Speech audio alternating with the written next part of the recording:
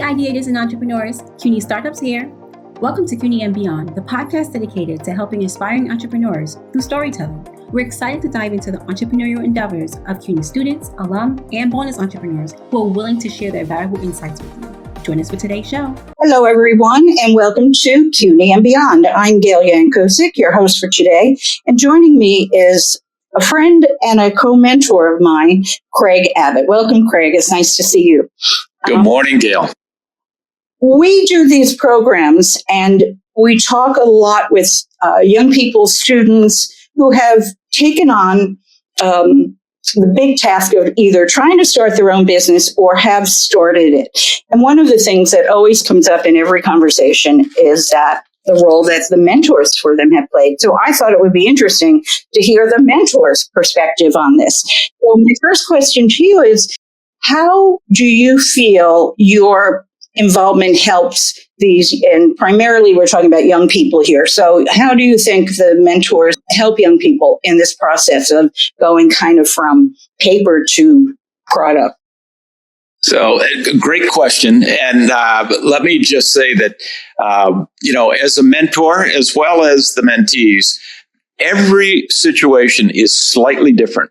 There is no kind of universal way that I think we could describe the help that mentors provide. But with that said, I believe the number one role of a mentor and what the mentees appreciate, and I'll say need, is for the mentors to be first and foremost listening to what is said by the student mentees or the startup founders, and then provide their perspective and their experience. So I think it's a combination of good old-fashioned listening and then applying experience that they've had, whether it's in startup world, which is first, again, the part that they love, or whether it's just professional experience, maybe questions about legal.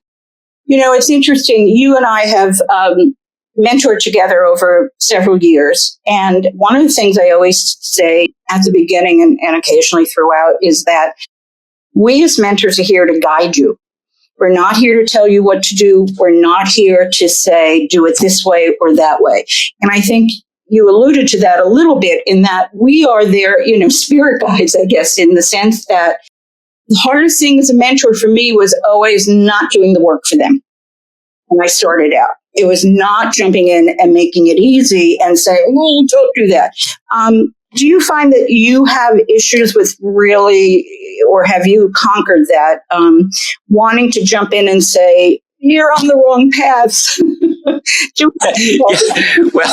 Well, what I've resisted many times is saying, you may not stand a chance with that idea. However, and I've also learned how to use the word consider a particular approach or another way of looking at things. But I getting back into exactly how mentors can help, I think the advice I give quite often early on is, do a little more research on that idea. And, that can be by interviewing people. Recently, I've been suggesting using Instagram, because Instagram's a great way to reach out to an audience that you may not even know personally and get some feedback. But doing that research right up front is one of the pieces of advice I always give. But I also experience that they say, well, can you give me an example? How about somebody you've already mentored and what they did for something? And I don't mind describing it, and I don't mind even sharing some of it, but, copying something from someone else won't help them. They've got to think through it. And I would say that overall, that's not an issue that much for all of us who do this in the CUNY Startups program. What was your reasoning, and why did you become a mentor? Another great question. I get asked that a lot by my wife sometimes. But, when you're not free for dinner. Exactly. Well, I had a long career in finance, and I also started my own company after that long career. And what I found was that I was being invited in to situations with startups. And I used that experience to kind of say to myself, I'm doing this now, but how am I going to transition? What do I really want to do in terms of, the rest of my useful life? And it was giving back. And that's probably my number one motivator. And I do it. Yes, I do mentor with the CUNY group, but I mentor in other ways as well, with other groups and other startups. Yeah, I found that one of the things that drove me to do this was that giving back. I've worked in a lot of places. I'm semi-retired and I'm retired in my mind, but I don't go into an office every day anymore. And I thought, I want to open up a door if I can for someone or answer questions. And that's my way of giving back from our experience. Yeah. As you said, I mentor also with the city tutors group, and sometimes we get high school students in that group, and my heart goes out to them because they struggle so much with the decisions they have to make. But I think that one of the things we can do is really help with those decisions and guide them to resources or to other things, and that's a good way to look at it. Do you feel that way also? I agree with you on that. And the other kind of, I'll say maybe the unspoken goal of going through startup programs, working with entrepreneurs, is that a lot of the, especially in the case of students, they have this idea that they can move from ideation right into a revenue producing future, startup that's going to make them money, having a whole career that way. When in fact, what they're really learning through this process is how to solve problems and how to approach a number of different opportunities they're going to face. And I've seen students move from that startup world into a real job and then come back to the startup world based on the things they learned in a program like the one at CUNY. That's a great answer. And it brings up an interesting point because sometimes these students come into this with so much energy and with so much hope. How do you navigate tamping down? You alluded to it a little bit earlier, but how do you navigate kind of tamping that down a little bit? You don't want to discourage their enthusiasm, and you don't want to say, as you mentioned earlier, that you really shouldn't be going down this path. How do you navigate that so that these young people are not put off on doing this or going into another program after this one? Yeah, another good question. I find that as mentors, we go through stages of mentoring, and I certainly would not lead off listening to a pitch or an idea and suggest that it's not possible to bring it to fruition, because I think a lot of these ideas can be brought to fruition. A lot of times they've been already brought to fruition, which is another challenge. But I find that I don't introduce that in the early stages of a mentoring relationship. And I find that it's a lot easier when the student themselves or the mentee comes to that realization. So I will help guide that into maybe a decision that this isn't the right time. I'll say the other thing, Gail, as you know, one of the challenges of a mentee or a student startup is they're going to get a lot of mentoring, not just from you and me or what we do through the CUNY group, but from others and from outside. So they have to learn how to filter and balance that advice too. So sometimes my perspective may not be the perspective that they go with, but I'll guide them into what I think is that observation. Again, these are these words that I've picked up. Consider this because I'm observing that. Right, exactly. You bring up another good point in that even within the mentor group, when we're at a particular session, they're going to hear different things. And I find that they question it, which is great, but it confuses them too. And one of the questions that always seems to come up is that, okay, well, my mentor in the group before this said this, and you're saying something different. And it's tough for them. But what I say is that's good. It's good that you're hearing different things, because at the end of the day, it's what I always tell you. We're here to guide you. We're here to kind of tell you some pitfalls, but it's your company that you want to create. It's your business that you want to start. So you have to learn to filter out what you think is right for you and use that information. And I think that it's a good use of time for them so that they are able to filter that out. Because in the business world, they're going to get, hit from all different sides. And as you said, even in the college level, there's one professor says this, another professor, their guidance, so I think at first I thought it wasn't helpful, but I do think it is helpful for them to hear different opinions. Gail, you're right. It's a skill that they need to develop. And as I was saying before, sometimes not just for this startup, but for another opportunity or a career in a particular field, and then coming back into the startup world or the entrepreneurial world. Yeah, that's interesting. I keep forgetting that they, in some instances, this is like another, because it sort of runs semester in this particular program, but it's like another course they take. They use the information, they absorb the information, they have their pitch deck done, and then they go back to classes because they are not graduating yet, or they're not yet ready, but they have that basis, I guess, to build from, and they come back into the program. And we've seen groups that come in and do 3 or 4 different. They do CUNY Startups, they do CUNY Clash, they go out to other, startup help. So they get all of that.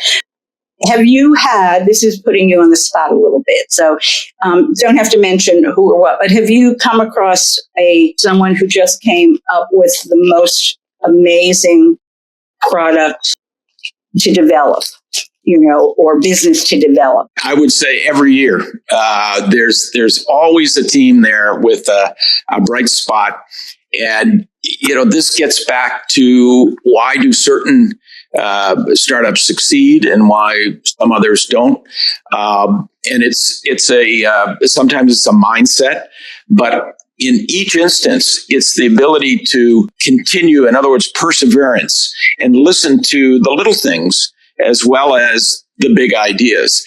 And I'll give you a couple quick examples. How many times have we gone to a mentoring session and the person on the other end isn't prepared or doesn't have their camera on? And I'll give you the allowance that, I'm in a place where the reception isn't good. Well, in this day and age, there are very few places where you can't get reception. Or they don't do the simple things that, one of my things I always say is put the name of your team on the on the Zoom or on the Riverside app, and so that they can see it, who they're talking to, because it's part of the advertising promotion. So that's kind of getting to the point that you made prior to this about what it is that really separates the teams that succeed from those that just learn something but maybe have to give up on it. It could be a lot of different reasons, but it's not always financial. Every time I hear it, I got to get funded or I can't do this. Now, you can always figure a way to get something done. And even if it's put somebody on your team that is going to donate some technical time so that you can move along and develop that wireframe or that MVP, minimum viable product, so that you can demonstrate it to others and then get your funding, then get your seed funded. Right. And I do think, I know you've heard me say this, but I do feel I'm very proud of CUNY students for the simple fact that they have school, they have classes they have to go to, almost always have a part-time job. For the most part, they also have family members, whether it's siblings or grandparents or, an aunt or someone or an uncle who they live with, who they have to kind of look after and be there for. They have a lot of pressure on them at a very young age. And I applaud them for taking this on, because this requires a lot of work. This requires a lot of, it's not, I've dealt with, and I'm sure you have too, since we've worked on a lot of the same team, that they're somewhat blasé about it. I have that, I already did that. They're laid back about it. They're not saying it and being nasty about it. They're just saying, I've done that before. I don't need to do that again. And that's when you say, okay, turn your camera on and let's look at the pitch deck that you said you already did. And then you look at it, and then they go, oh, when you point out, so as I said, we point things out. Oh, okay, yeah, I got to fix that. And it's like media training. When I would media train executives or authors or whatever, and they were very eager to go on TV with a little bit of, stuff that they could do. And you had doctors, and I never wanted to do doctors, because doctors would sit back. I don't need this. I talk to people every day, and I say, okay, that's fair. So let me ask you 3 or 4 questions, and then I'll play it back, and you look at how you answered it. You're right, Gail. A lot of the students treat their startup like it's just a class, and yeah, they are learning about how startups work. Remy does a great job of taking them through all aspects of it. But at the end of the day, putting that into fruition and getting things moving is up to the founder, up to the student, up to the entrepreneur. And it's not for everybody. I mean, the class may be for everybody, but actually moving it into reality may not be for everybody. They'll still have learned a lot of great skills, but they may want to park those for a while, attend to some of the things you just mentioned. I mean, very busy schedules. Yeah. All of the CUNY students also, are part of the fabric of the community. And as a result, I don't have to tell you how busy and how sometimes even chaotic the communities can be at times. Absolutely. Transportation, just getting around. How many times have I heard, well, I'm on my cell phone because, I couldn't get to my computer in time, my laptop. They're on their cell phone because they've got a break where they had one class and they're waiting to go and they're in the hallway. We get all of that. That we get. That we understand. And it is part of that fabric. And yet there are very few who don't come out of it feeling better, doing better, and having learned something. And I think that's the most important thing, because they do walk away. They do stick with it for as much as they can, or they put it on the back burner, but they have that basis. But many of them have gone on, and their companies are doing, remarkably well. So, success stories. That'll be our next thing, success stories. That would be great. At some point, we should discuss some of the wins, as we've as we said. Exactly. Who overcame the same hurdles we've been talking about, and just had the energy and the, I don't want to say commitment, because I think everyone who comes into the program is committed. I think they really are. I feel very strongly that these young people are committed to doing this. But I think they learn it's not as easy as they thought. Some of them learn it's not as simple. It's a lot of work. It may not be for everybody, but they'll always learn something through this process. Take something away from it. Yeah. Craig, I wish we had a little bit more time, but it's been terrific to talk to you. We don't often get a chance to spend any time speaking to each other. We're running from place to place. So it was great. I thank you for being my guest today. And thank you. See you next semester. I enjoyed it. See you soon. Have a good summer. Bye-bye. Okay. Bye-bye. Focus.